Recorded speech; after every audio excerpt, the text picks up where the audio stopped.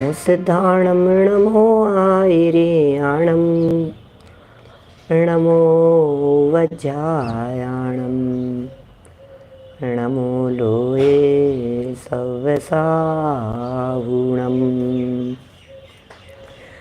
वन्दे तु सर्वसिद्धे ध्रुवमचलमणोवमं गतिं पते गोचामि समय पाहुड मृणमो सुध केवली वणिदं नमः समय साराय स्वानुभूत्या चकासते चेत् स्वभावाय भावाय सर्वभावान्तरच्चिदे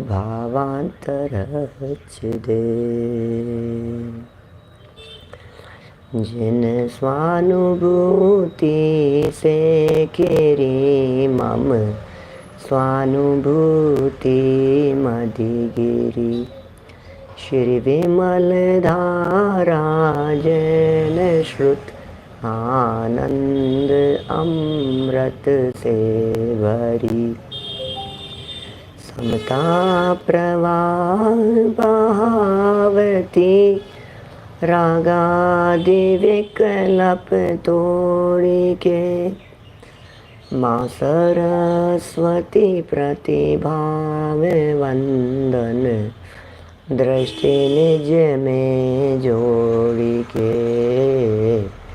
दृष्टि निज में जोड़ी के। ग्रंथाधिराज समय सार जी यहाँ सामने विराजमान है। एक एक बात कुंदकुंदाचार्य देव के अंदर की गहराई से निकली हुई है। हम सब जानते हैं छठी गाथा पूरे समय सार का मर्म है। छठी गाथा गायक भाव का स्वरूप बतलाने वाली अपने आप में एक अद्भुत गाथा है, जो गाथा हमें बतलाती है कि गायक भाव कैसा है।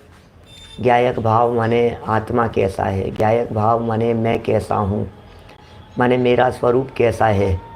अपने स्वरूप को यदि पहचानना हो, अपने स्वरूप को यदि जानना हो, अपने स्वरूप में यदि समा जाने की भावना हो, तो आचार्य देव ये कहते हैं कि भैया एक ही उपाय है, छठी गाथा का मंथन करो।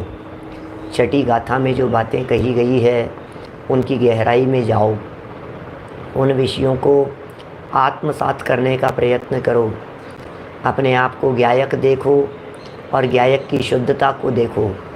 कभी अपने आप को अशुद्ध विचार नहीं करना, कभी ऐसा नहीं सोचना कि मैं अशुद्ध हूँ, कभी ऐसा नहीं विचार करना कि मुझ में मलिनता है, कभी ऐसा नहीं सोचना कि मैं मर जाऊँगा, कभी ऐसा नहीं सोचना कि मेरा क्या होगा। माने ये सब बातें यहाँ सिखा रहे हैं। अपने आप को गायक से कम देखना ये अपराध है, और इस अपराध की निवृत्ति की चर्चा भी हमने आपके बीच में की है। ये अपराध महा अपराध है, ये अपराध बहुत बड़ा अपराध है। माने चेतन को चेतन नहीं स्वीकार करना ये इतना बड़ा अपराध है, जिस अपराध के फल में अनंत संसार खड़ा है। ये संसार सिर्फ इसी वजह से खड़ा हुआ है कि हमने आत्मा को आत्मा नहीं जाना। ये संसार इसीलिए खड़ा हुआ है कि हमने आज तक अपने आप को चैतन्य तत्व स्वीकार नहीं किया। ये कितना बड़ा अपराध होगा। इस अपराध के फल में पंच परावर्तन है। इस अपराध के कारण ही अनंत अनंत संसार है। इस अपराध के कारण ही चतुर्गति 84 लाख योनियों में परिभ्रमण है। ये वो अपराध है।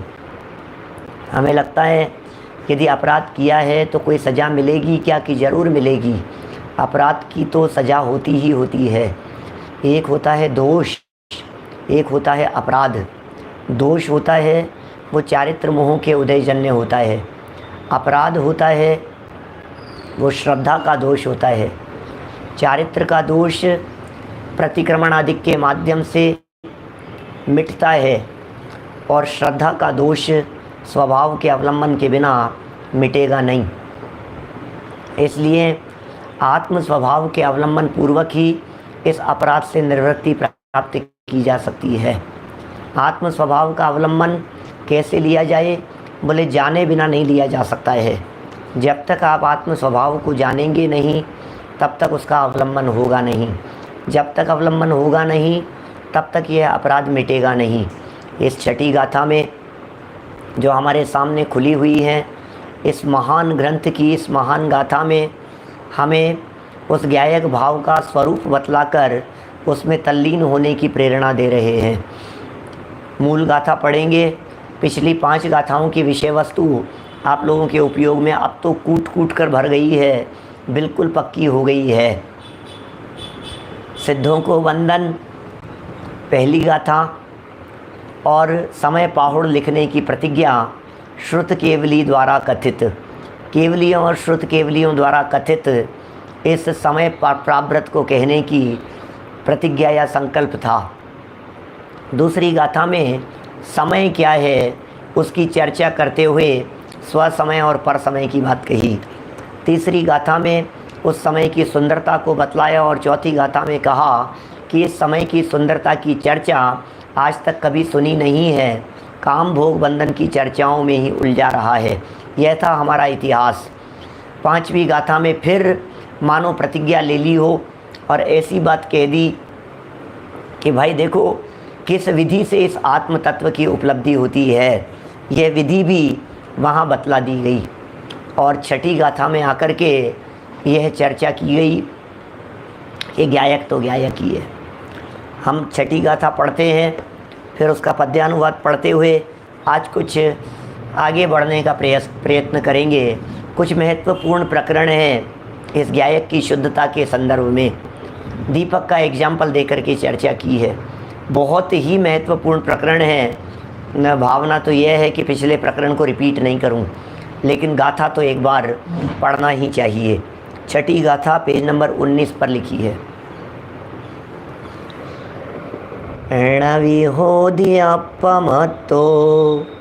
णपमत्तो जान गोदुजो भावो एवं बढ़ंति शुद्धम णादो जो सो दुसो चेवे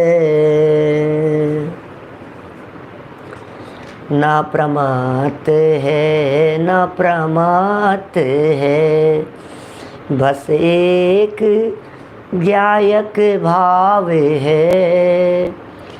इस भांति कहते शुद्ध पर जो ज्ञात वह तो वही है। टीका अमृतचंद्राचार्य देव की पंक्तियाँ पेज नंबर 20 का लास्ट पैराग्राफ है। उस शुद्धता की चर्चा आज डायरेक्ट शुरू करते हैं। विनू भाई क्या कह रहे हैं देखिए। जिस प्रकार दाह्य माने क्या होता है? दाह्य माने है जलने योग्य पदार्थ, उसे कहते हैं दाह्य। गैस जल रही है तो जो गैस है वो दाह्य है, उसका बर्नर नहीं, वो नहीं। जो जल रही है ना क्या वायुकायिक रूप से, वो है दाह्य ज्वलनशील पदार्थ। बहुत सही कहा आपने कंदी जी साहब। ज्वलनशील पदार्थ, जो जलने योग्य पदार्थ हो वही दाह्य कहलाता है। इसमें लकड़ी भी हो सकती है, कंडे भी हो सकते हैं। लपटें नहीं जल रही है। लपटें जल कौन रहा था? जल रहा था कागज, जल रही थी घास, और घास के जलने पर निकली लपटें। तो जो घास है क्या, जो घास जल रही है, जो गोबर के कंडे जल रहे हैं, जो कोयले जल रहे हैं, वो दाह्य है। ठीक है ना? देखिए, तो जिस प्रकार दाह्य माने जलने योग्य पदार्थ के आकार होने से अग्नि को दहन कहते हैं। दाह्य तो वो पदार्थ है और दहन कहते हैं अग्नि को। तथापि, इम्पोर्टेंट फैक्टर, तथापि उसके दाह्यकृत अशुद्धता नहीं होती। इट मीन्स अग्नि तो अग्नि होती है, ऐसा नहीं होता कि कोयले की अग्नि तो जलाएगी और कंडे की अग्नि नहीं जलाएगी। ऐसा नहीं हो सकता कि घास की अग्नि जलाएगी और कोई दूसरी अग्नि नहीं जलाएगी, ऐसा नहीं हो सकता। ख्याल में आ रही है बात? कितनी इम्पोर्टेंट बात यहाँ बतला रहे हैं। ये कह रहे हैं दाह्यकृत अशुद्धता नहीं होती, इसका मतलब अग्नि में इसका कोई फर्क नहीं पड़ता है कि ये अग्नि किस चीज़ की है, गैस की है, चूल्हे की है, सिगड़ी की है। सिगड़ियाँ भी देखी होगी आप लोगों ने, सिगड़ी जलती है। तो वो जो सिगड़ियाँ जलती थी, सब जलती थी पहले के समय में, तो अपन लोगों ने तो सबने देखी है, हमारे बहुत सारे बुजुर्ग लोग भी हैं, सबने देखी होंगी। अब ये जो जल रही है, बोले आग तो आग है क्या? ये क्या कह रहे हैं यहाँ पर? ये कह रहे हैं उसी प्रकार अभी तक क्या बात कही? दाह्यकृत अशुद्धता नहीं होती उस अग्नि में। उसी प्रकार ज्ञेयाकार होने से उस भाव के ज्ञायकता प्रसिद्ध है। इस भाव को ज्ञायक क्यों कह रहे हैं?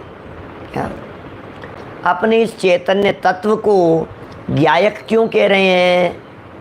क्योंकि ये जानने का काम करता है, इसलिए ज्ञायक कह रहे हैं। उस अग्नि को दहन क्यों कहते हैं? क्या अग्नि को दहन क्यों कहते हैं? क्योंकि वो जलाती है। दाह्य वस्तु में, जलने योग्य पदार्थ में अग्नि व्याप्त होने के कारण उसे कहते हैं दहन। लेकिन उस दहन में दाह्य पदार्थ की अशुद्धता नहीं है। क्या कहा? बहुत गंभीरता से हम धीरे धीरे इस प्रकरण को पढ़ रहे हैं। प्रकरण बहुत महत्वपूर्ण है, प्रकरण समझने योग्य है। प्रकरण समझ लेंगे तो बहुत बड़ी समस्याओं के समाधान निकलेंगे। यदि ये प्रकरण एक बार समझ में आ गया तो हम निहाल हो जाएंगे, धन्य हो जाएंगे। हमें कुंदाचार्य देव और अमृत चंद्राचार्य देव की महिमा आएगी कि ये क्या बातें कह दी है। क्या जितेंद्र जी साहब ये क्या कह रहे हैं? ये ऐसा कह रहे हैं अग्नि में उस पदार्थ की अशुद्धता नहीं है। वो जो पदार्थ था, जो भी पदार्थ था, सचिन लोहाड़िया जी इतनी बात समझिए, पदार्थ जल रहा है, बराबर। अब जो पदार्थ जल रहा है वो पदार्थ गंदा था, मैला था, खराब था, उसकी अशुद्धता अग्नि में नहीं आती।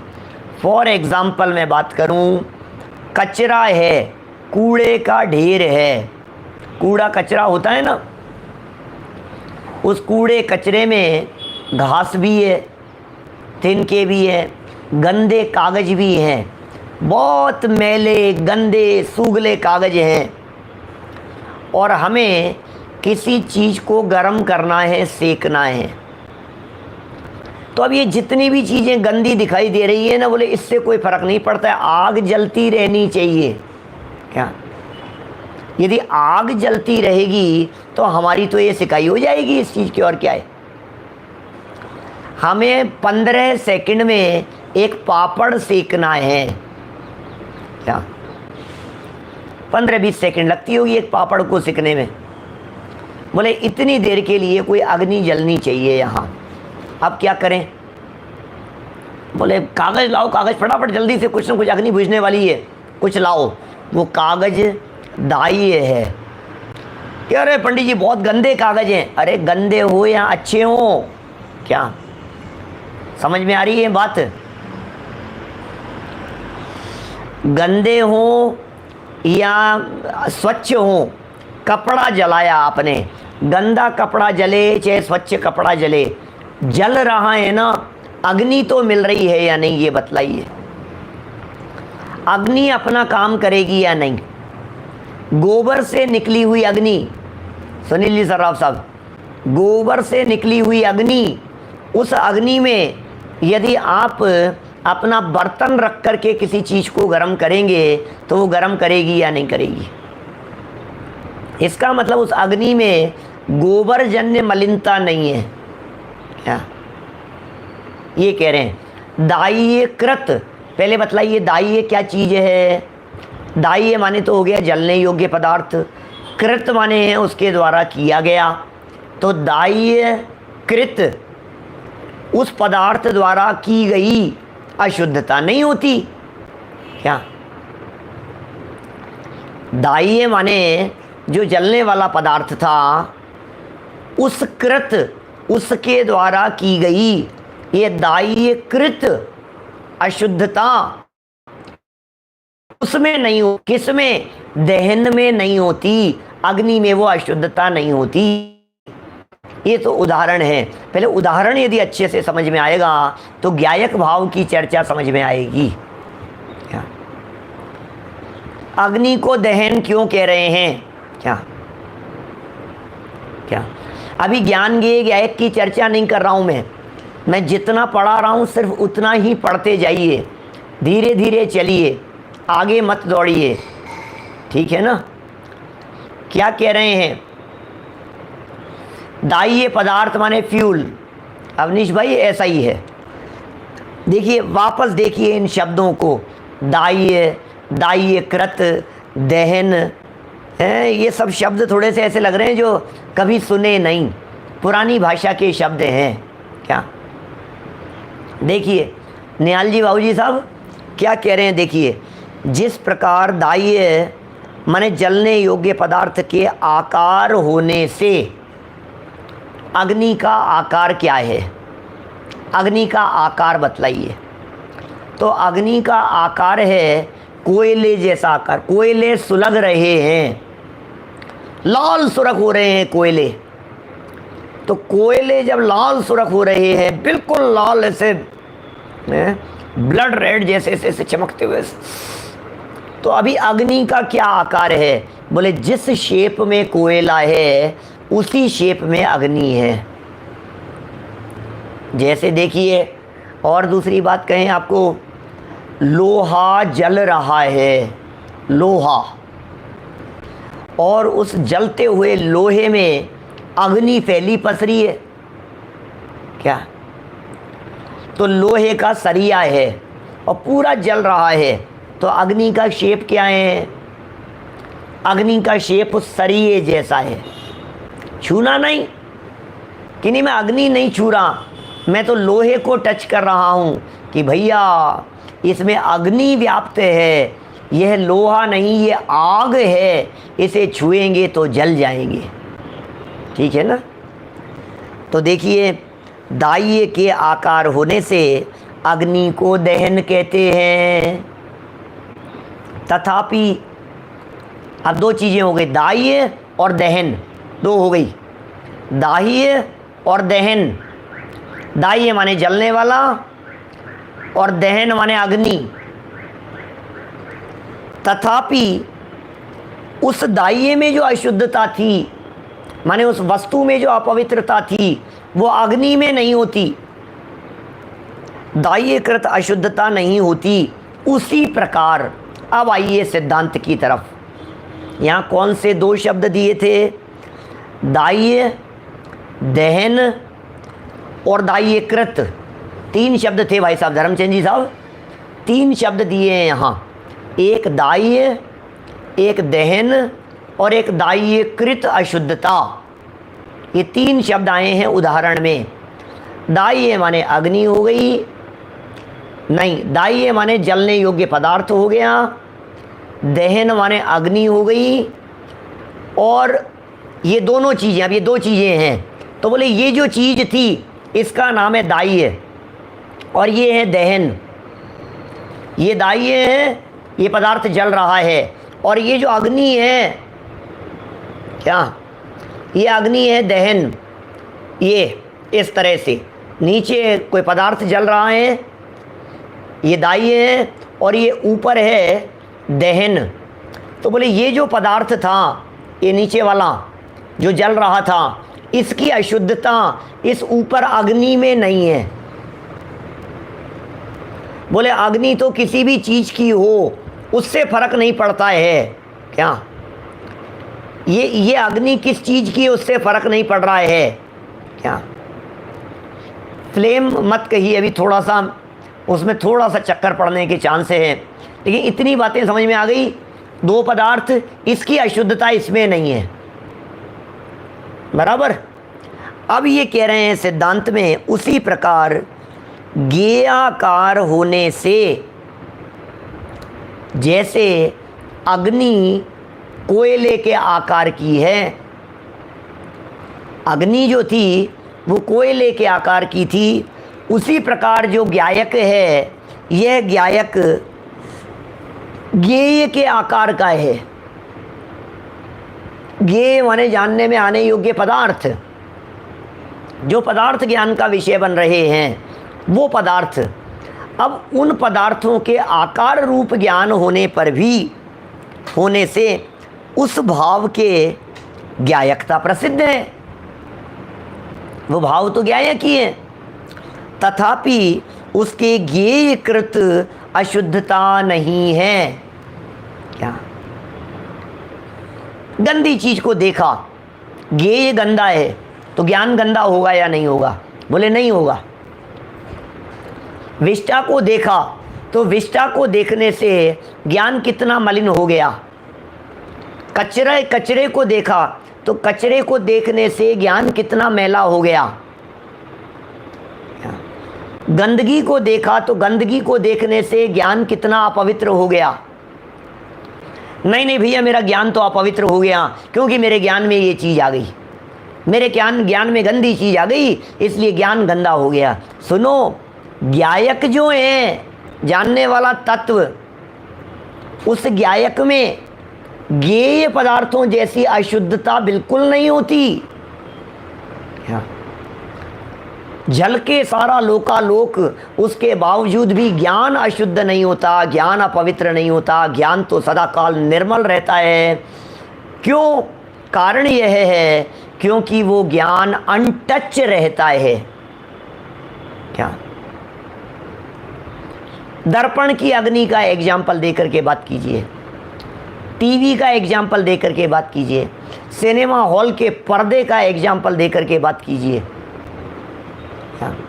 10-15 उदाहरण दे सकते हैं इस तरह के छोटे छोटे से। एक उदाहरण को पकड़ लीजिए, अभी बात कीजिए, किसकी बात करें अपन, कि मिरर की बात कीजिए, दर्पण की बात कीजिए। ये जो दर्पण है, इस दर्पण में अग्नि झलकने पर भी, क्या, और वो दर्पण में अग्नि झलक रही है, ऐसा होने पर भी वो दर्पण गर्म नहीं हो रहा।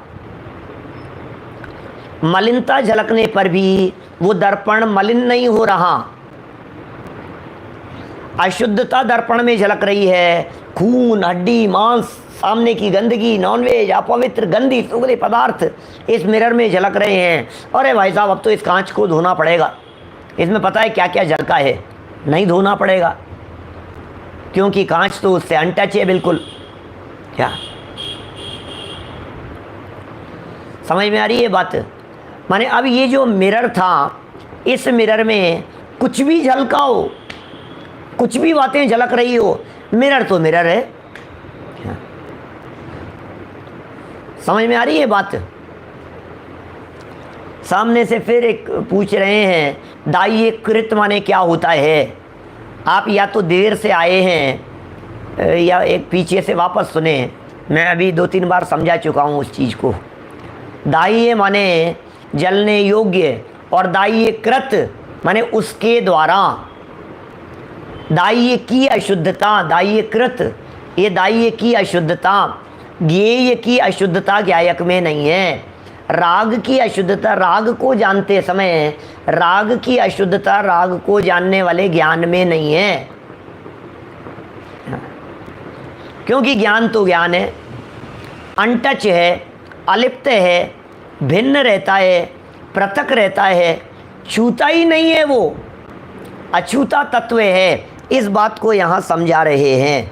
देखिए क्या कह रहे हैं, ज्ञेयाकार होने से, ज्ञान है ना हमारा, ये ज्ञान ज्ञेयाकार है।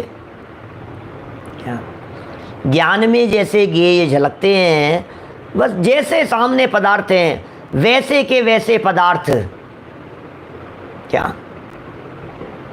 समझ में आ रही है क्या बात? ये यहाँ क्या नहीं कहना चाहते हैं मुझे समझ में नहीं आया। आप किसी दूसरे की बात को तो कह रहे हैं कि मेरी बात को कह रहे हैं, यहाँ ये नहीं कहना चाहते हैं। ऊपर किसी ने कुछ लिखा होगा, उसके लिए लिख रहे होंगे, पता भी नहीं लगता है। किसी भी व्यक्ति का जवाब आप न देवें, मुझे कन्फ्यूजन लगता है। किसी व्यक्ति ने कोई गलत बात लिखी, आपने जवाब में ये लिख दिया, क्या ये क्या कह रहे हैं यहाँ? ये गायक की चर्चा कर रहे हैं, ये कैसी बात कह रहे हैं जरा देखिए।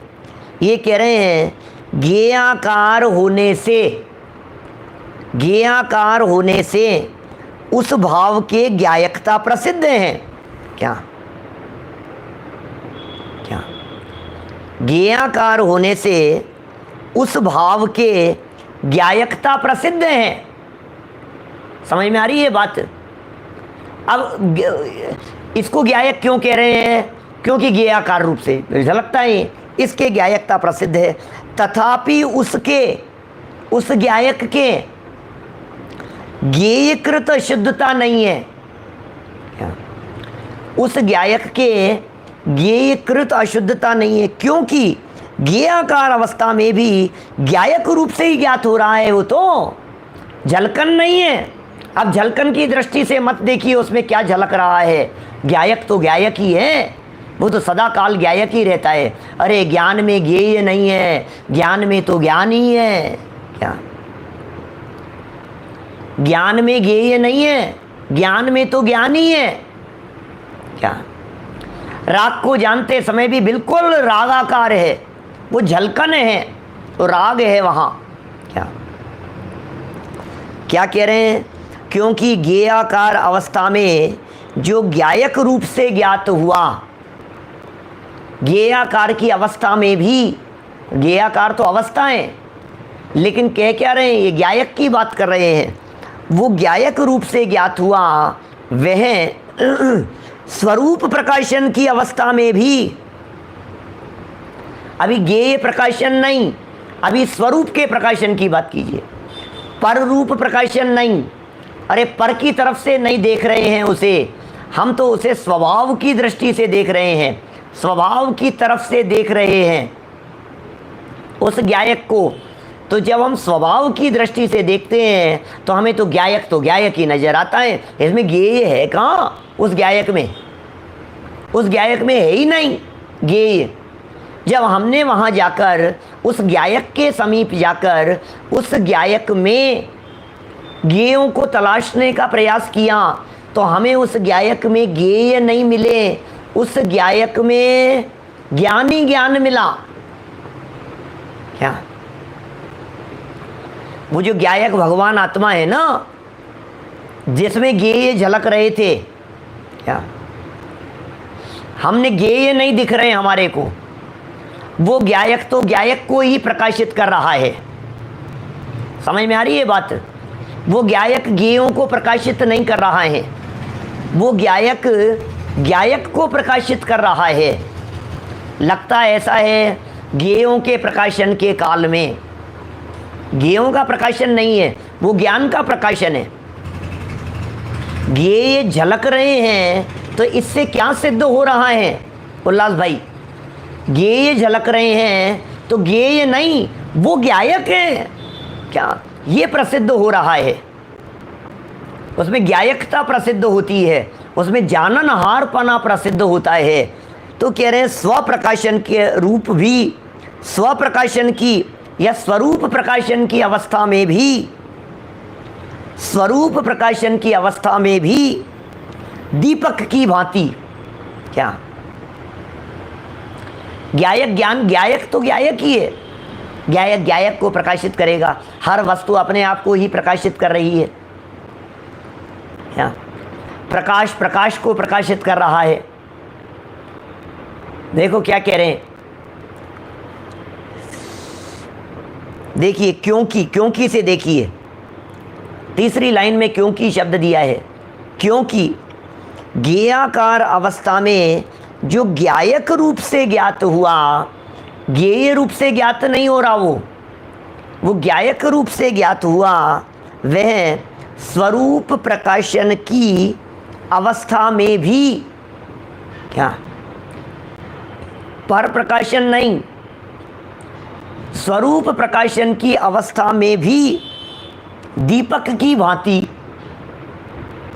अब दीपक का उदाहरण देकर के बात कर रहे हैं, जरा देखिए। कर्ता कर्म का अनन्यत्व होने से, कर्ता और कर्म इसका अनन्यत्व माने ये दो नहीं है।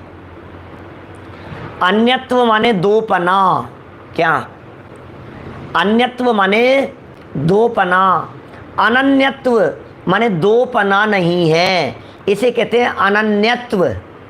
क्या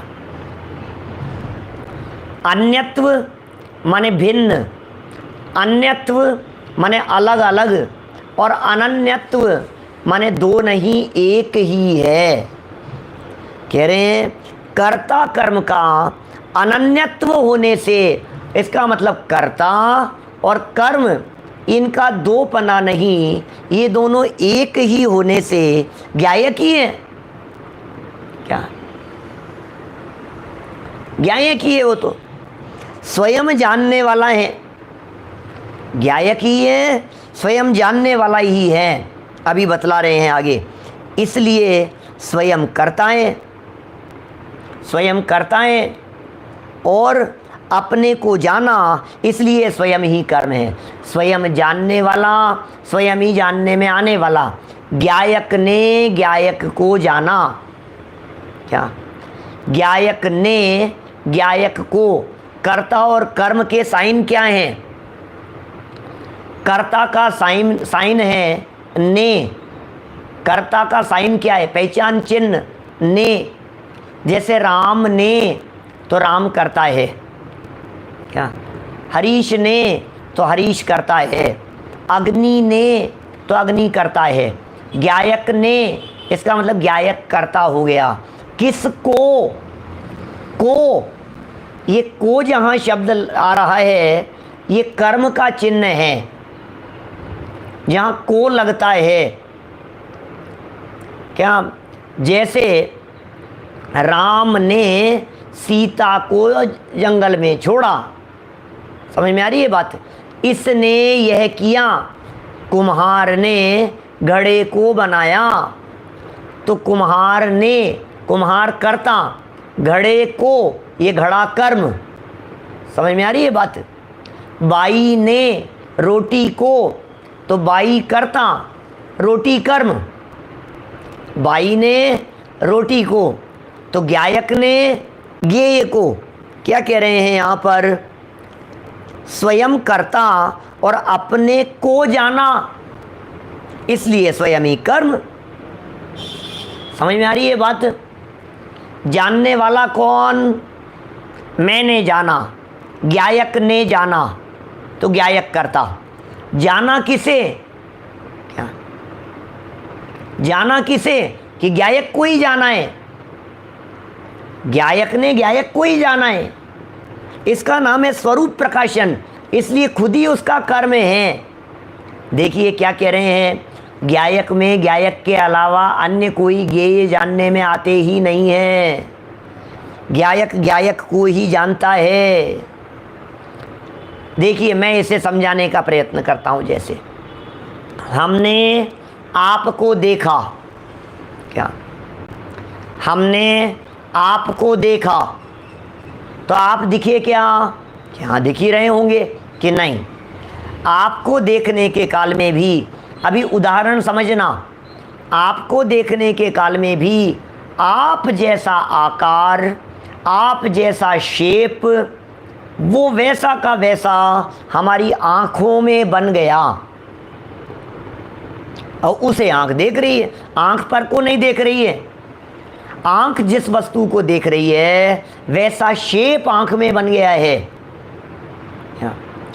ये फॉरेंसिक लैब वाले जो लोग होते हैं ना, ये कभी कभी ऐसा भी करते हैं, ऐसा भी कई बार संभव है कि मरते हुए व्यक्ति की आँखों में, आँखों का जो वो चित्र है, आपको देखा क्या, और आपको देखते ही गांधी जी, आपको देखते ही आप जैसा चेहरा यहाँ बन गया आँखों में। आप देखिए, आँखों में आँखें डाल करके देखिए, आपको चेहरा नज़र आएगा सामने। तो आँखों ने उनको नहीं देखा, अब उस चेहरे को देखा है जो आँखों ने बनाया है। समझ में आ रही है बात? इसका मतलब आँख इसको नहीं देख रही है, ये आँख है, ये इसको नहीं देख रही है। क्या वो रेटिना में वो झलकन है और वो ख्याल में आ रही है। ठीक इसी तरह से जैसे आँख ने अपना सामने वाले पदार्थ का आकार खुद ने बनाया है, उसी तरह से ज्ञान पदार्थ को जानते समय अपना खुद का एक आकार बना रहा है। क्या फॉरेंसिक लैब वाले शब्द पकड़ लेते हैं हत्यारे को। लास्ट समय में, मरते समय उसकी आंखों में क्या था वो पकड़ में आ जाता है। बहुत बार नहीं आता है, 99% तो नहीं आता है, लेकिन कभी ऐसा संभव है कि उसकी आंखों को इनलार्ज करके देखा जाए, डेड बॉडी की आंखों को, तो उसमें वो आ जाता है कि सामने किसे देख रहे थे, जैसे देख रहे थे उस व्यक्ति का चेहरा आ जाता है, वहां दिख जाएगा उस आंखों में। सोचना जरा ये क्या कह रहे हैं। इस तरह से ज्ञान ने जाना, जैसे समझिए मैं आपसे कहता हूं, ज्ञान के द्वारा जानने के लिए सामने किसी व्यक्ति के होने की दरकार नहीं है। मैं यहाँ बैठे बैठे आंख बंद करके भी अभी यदि लायन देखता हूँ, क्या आंख देखा, नहीं आंखें नहीं, ज्ञान में मुझे शेर दिखा, तो ज्ञान में जो मुझे शेर दिखाई दे रहा है वो शेर तो है ही नहीं, यहाँ पे शेर कहाँ से आ गया? तो बोले जो शेर दिखा था, क्या जो शेर दिख रहा है वो शेर मेरे ज्ञान में आ गया, मेरे ज्ञान ने शेर को जाना है, मेरे ज्ञान में शेर झलक रहा है। वो शेर कौन सा है? वो शेर वो नहीं है जो जंगल वाला है, वो शेर वो नहीं है जो चिड़ियाघर वाला है। तो वो शेर कौन सा है? बोले वो शेर अपना ही है, ज्ञान का शेर है। तो ज्ञान के शेर को ज्ञान ने जाना है। जब शेर था नहीं सामने, जब आप घर में बैठे हुए हो तो आपके घर में शेर कैसे आ गया? तो आपने कौन से शेर को जाना? बोलो। आपने जिस शेर को जाना है वो शेर आपके ज्ञान का शेर है। इसका मतलब ज्ञान के माध्यम से दुनिया के पदार्थ नहीं दिख रहे। मैंने शेर का एग्जाम्पल दिया है, आप 50 लगा लीजिए इसकी तरह। आपने टेबल को देखा तो ज्ञान टेबल आकार हो गई। हमने यहाँ बैठे बैठे देखा IAS जैन साहब, और हमारे आंखों के सामने IAS जैन साहब आ गए। तो IAS जैन साहब कहाँ से आ गए भाई साहब? यहाँ जयपुर में, अभी वो तो मुंबई में है, तो मुंबई में रहते हुए भी जयपुर कैसे आ गए? अरे मुंबई से जयपुर आने की ज़रूरत नहीं है ज्ञान के द्वारा उनको जानने में। तो ज्ञान के द्वारा उनको जाना गया कि ज्ञान के द्वारा उनको नहीं जाना गया? ज्ञान के द्वारा अपने ज्ञान को जाना गया। अरे वस्तु स्थिति यह है कि ज्ञान में ज्ञेय आते ही नहीं है, ज्ञान में तो ज्ञान ही रहता है। वो ज्ञान का ही आकार है, वो ज्ञान का ही निर्माण है, वो ज्ञान की रचना है, वो ज्ञान की संरचना है। मैं ये कहता हूँ, देखिए मेरे IAS जैन साहब कहते ही अकेले मेरे ज्ञान में नहीं, हिंदुस्तान के सैकड़ों लोगों के ज्ञान में, जो आपको जानते हैं, जो आपसे मिले हैं, अभी यहाँ मेरी बात सुनने पर सब लोगों के ज्ञान में IAS जैन साहब का चेहरा आ गया होगा। तो IAS जैन साहब तो एक जगह पर बैठे हुए हैं, अब वो IAS जैन साहब नाते पुते कैसे पहुँच गए? अभी IAS जैन साहब दिल्ली कैसे पहुँच गए? ये IAS जैन साहब रन्नौत कैसे पहुँच गए? ये IAS जैन साहब मलकापुर कैसे पहुँच गए? विदिशा कैसे आ गए हैं? जलगांव कैसे पहुंच गए हैं? कैसे आ गए हैं? हमारे यहाँ जयपुर में कैसे आ गए? तो बोले इतनी सारी जगहों पर कैसे पहुंच सकता है एक व्यक्ति? तो बोले जो जयपुर आए थे वो जयपुर वालों के ज्ञान की संरचना थी। क्या समझ रहे हैं आप? जो पूना पहुंचे थे, जो अहमदाबाद पहुंचे थे, वो उनके ज्ञान की संरचना थी। इसका मतलब वो वहां नहीं पहुंचे तो क्या पहुंचाए कि अपना ज्ञान ही ज्ञान में आ रहा है। समझ में आ रही है बात? राजीव जी साहब आगरा से क्या बात कहना चाह रहे हैं? ये जो चीज़ हमारे ज्ञान में आ गई, मैंने कहा मोबाइल, तो मोबाइल आपके ज्ञान में बन गया। मैंने कहा कंप्यूटर, तो कंप्यूटर आपके ज्ञान में बन गया। मैंने कहा ग्रीनरी, तो ग्रीनरी आपको दिखने लग गई। मैंने कहा शिखर जी, क्या, तो शिखर जी ज्ञान में बनने लग गया।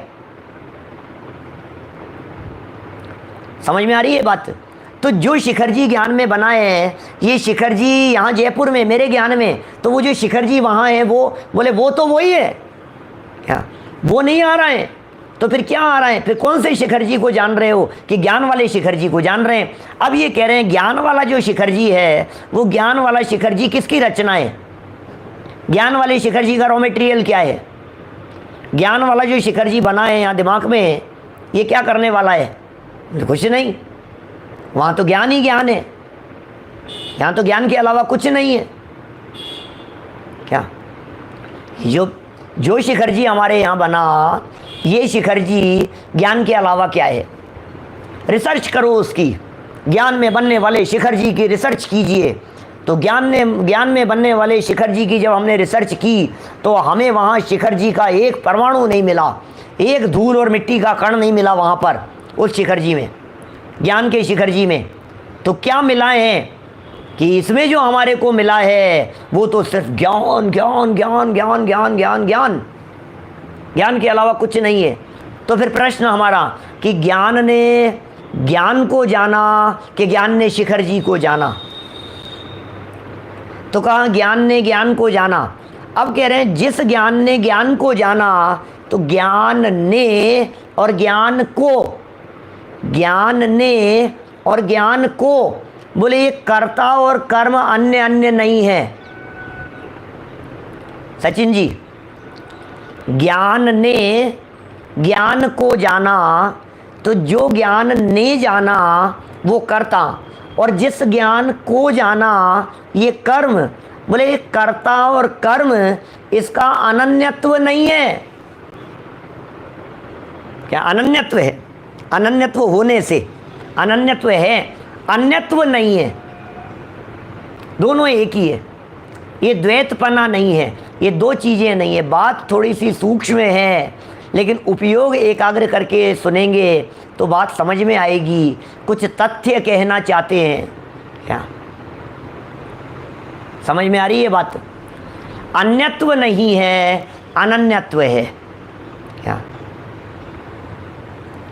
देखिए क्या कह रहे हैं। तो फिर जब वो अनन्यत्व है, तो फिर किसने किसको जाना? कि स्वयं ही जानने वाला है, स्वयं कर्ता और अपने को जाना, इसलिए स्वयं ही कर्म है। इसका मतलब मैं ही जानने वाला, मैं ही जानने में आने वाला। तो फिर मैं रो रहा हूँ किस बात को लेकर के? अरे शेर आ गया, शेर आ गया, शेर आ गया। शेर आ गया, तू रो रहा है? क्यों रो रहा है भाई? क्यों रो रहा है? शेर आ गया, खा जाएगा मेरे को। अरे भाई यहाँ शेर है ही नहीं, तो कौन से शेर को देख देख करके रो रहा है? ज्ञान ही है ये, तो ज्ञान की संरचना है, ज्ञान ने ही उसका आकार बनाया है, ज्ञान का ही शेप है। बिल्कुल नहीं है डरने की जरूरत क्या? वो जो दर्पण का जो एग्जाम्पल दे करके बात कही, उस दर्पण के एग्जाम्पल में आगे 86-87 गाथा के अंदर चर्चा की है कुंद कुंद स्वामी ने। दर्पण जो है, इस दर्पण में यही एग्जाम्पल दे करके, दर्पण का एग्जाम्पल दे करके चर्चा की है वहाँ। ये जो दर्पण है, इस दर्पण में जो ये अग्नि है, ये झलकी, कितना गर्म हो गया, अरे बम विस्फोट हो गया कहीं, और टीवी की स्क्रीन पर झलक रहा है। आजकल तो लाइव आते हैं ना ये सारे प्रोग्राम क्या कहेंगे, सारी चीज़ें सब लाइव दिखती है, लाइव टेलीकास्ट होते हैं। और किसी जगह पर विस्फोट हो गया, बम फूट रहे हैं, दमादम बम विस्फोट हो रहे हैं। अभी हो गए थे हमारे जयपुर अजमेर रोड पे, कोई 15 दिन पुरानी बात होगी, मुश्किल से 20 दिन पुरानी बात होगी, 10 लक्षण के कुछ पहले। तो बोले वो जो वहाँ बम, अरे सिलेंडर फट गए। कितने सिलेंडर आप कल्पना नहीं कर सकते हो, 200 सिलेंडर फटे हैं। कल्पना कर सकते हो क्या आप? 200 गैस के सिलेंडर फटे हाईवे पर। क्या धमाके और क्या तेल का हुआ होगा। लगभग 3 घंटे तक वो धमाके होते रहे। हाईवे, गाड़ियां चल रही है, दौड़ रही हैं इधर से उधर, और वहां आगे कोई 200 नहीं 300 साढ़े 300 सिलेंडरों से भरा हुआ कोई ट्रक जा रहा था, और वो ट्रक पलट गया। उस ट्रक के पलटने पर एक सिलेंडर फटा, एक फटा, धमाका हुआ क्या, फिर उसके धमाके में दूसरा सिलेंडर फटा, फिर तीसरा फटा, फिर चौथा फटा क्या। गाड़ियां रुक गई कई किलोमीटरों तक। क्या हाल हो गया होगा सोचो। गांव खाली करा दिए पुलिस ने, मिलिट्री ने फटाफट पहुंच करके। 3-4 घंटे तक ये चलता रहा।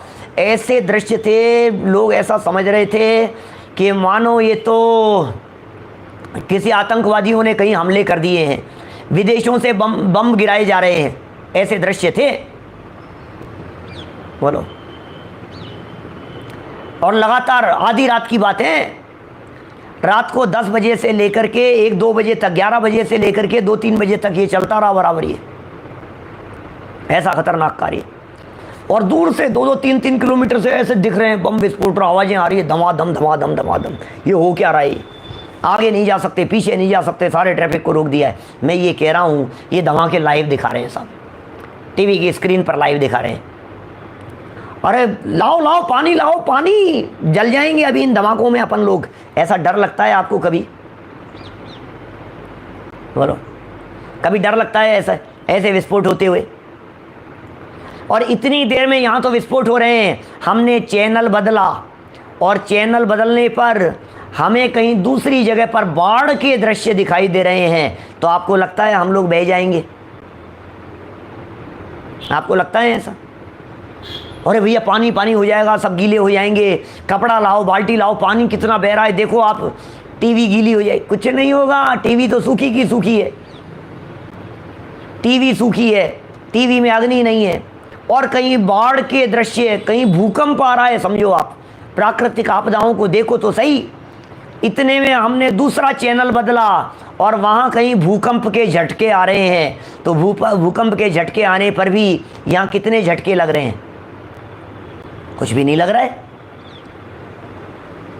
सारे दृश्य दिखते हुए भी, सारे दृश्य झलकते हुए भी, बोले वो टीवी में झलकन की अपवित्रता बिल्कुल भी नहीं है, झलकन से वो अप्रभावित है। जो मिरर था, जो दर्पण था, वो दर्पण बिल्कुल वीतराग भाव रूप से झलका रहा है पदार्थ को।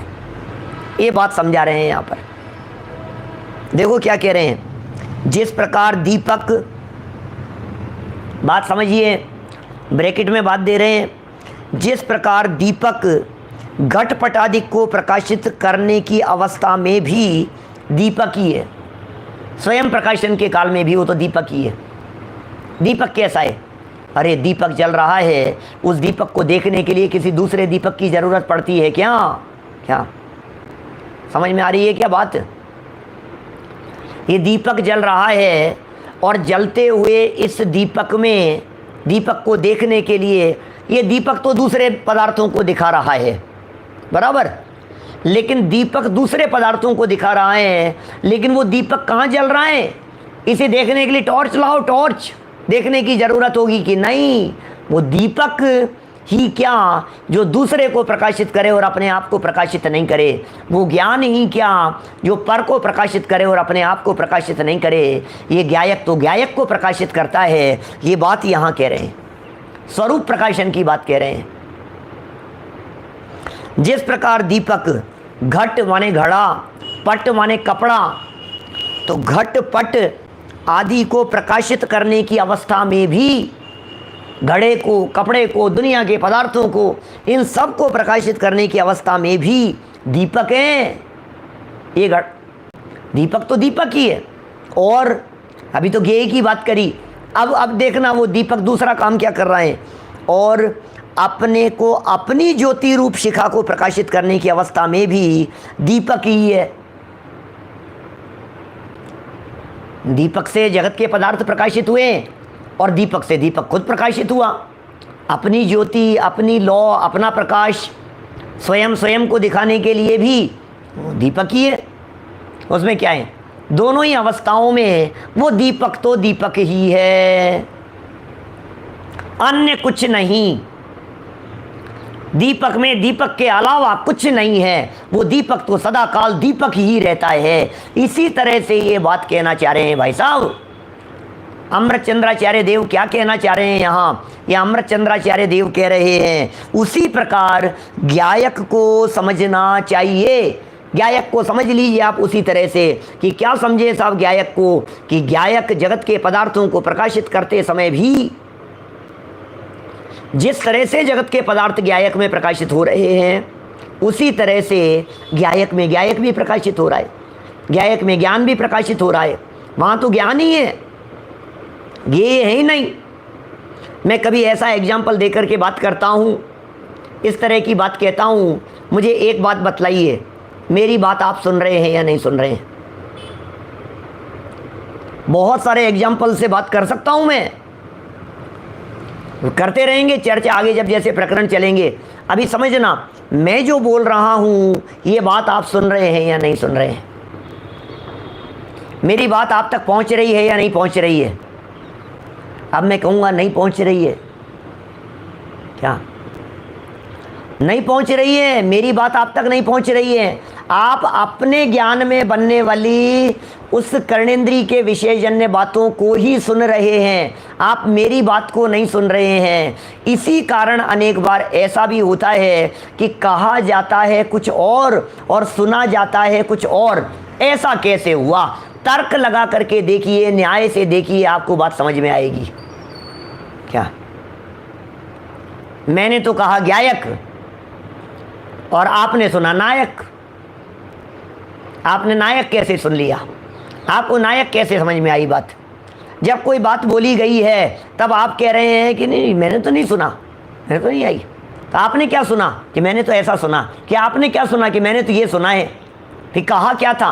कि कह रहे हैं कुछ और सामने बैठे हुए चार व्यक्ति सुन रहे हैं अलग अलग। तो इसका मतलब जो सुना रहा है उसकी नहीं सुन रहे हैं, जिसको जो सुनना है वो उसी की सुनता है। क्या गायक है, नायक है, गायक है, क्या बोल रहे हैं पंडित जी? क्या सुना आपने? हर व्यक्ति का ज्ञान अपना अपना, हर व्यक्ति का क्षेयोपशम अपना अपना, हर व्यक्ति के ज्ञान का गेय अपना अपना। क्या हर व्यक्ति के ज्ञान का गेय, कौन किसको जान रहा है, कौन किसको जान रहा है, कौन क्या सुन रहा है? अरे अनेक बार घरों में जब विवाद होते हैं तो बातें ही इस तरह की होती है, इनको तो वही सुनना है जो सुनना है। क्या हम जो कह रहे हैं वो सुन ही नहीं रहे हैं, ये वही सुन रहे हैं जो इनको सुनना है। ये जो समझ करके बैठे हैं, जो इनकी समझ है, वो समझ ही समझ करके बैठे हैं कि हाँ ये यही है, यही है। तो ये आचार्य देव क्या बताना चाह रहे हैं? ये गेय गायक के माध्यम से क्या कहना चाह रहे हैं? ये क्या विषय वस्तु प्रतिपादित करना चाह रहे हैं?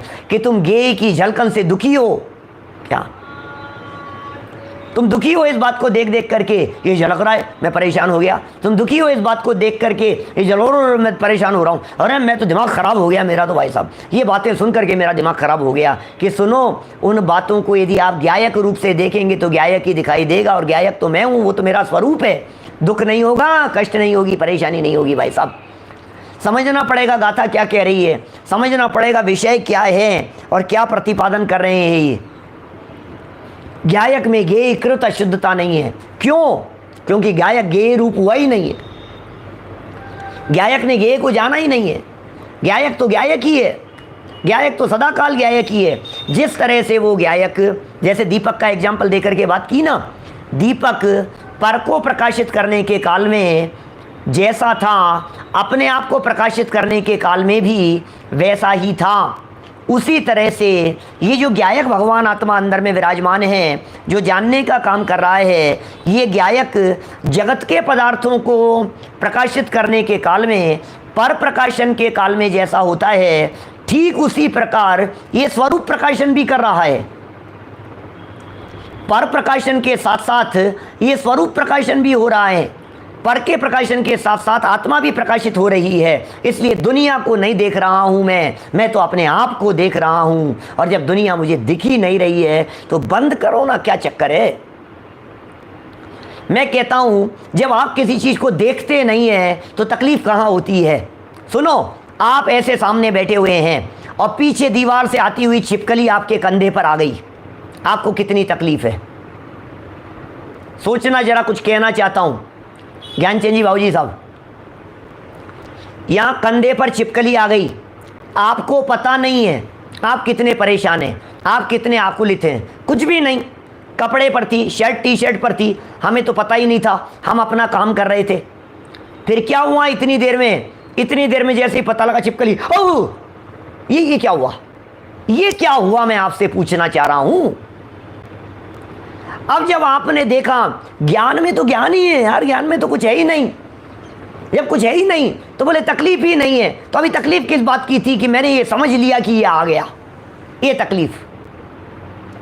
तो ज्ञान को जब ज्ञान समझा जाता है, ज्ञायक को जब ज्ञायक समझा जाता है तो सारी तकलीफें मिट जाती है। ये गाथा की टीका हमने यहाँ अमृत चंद्राचार्य द्वारा लिखी गई टीका पढ़ी है, भावार्थ बड़ा गजब का है, फिर ज्ञायक भाव प्रबोधिनी के शब्द बड़े गजब के हैं। कल हम पढ़ेंगे यहाँ आगे बढ़ कर के पंडित जयचंद जी छावड़ा साहब को। वे जयचंद जी छावड़ा साहब इसके भावार्थ में क्या विषय वस्तु प्रतिपादित करते हैं उसकी चर्चा कल यथा समय करेंगे। अभी की बात को यहीं विराम देते हैं।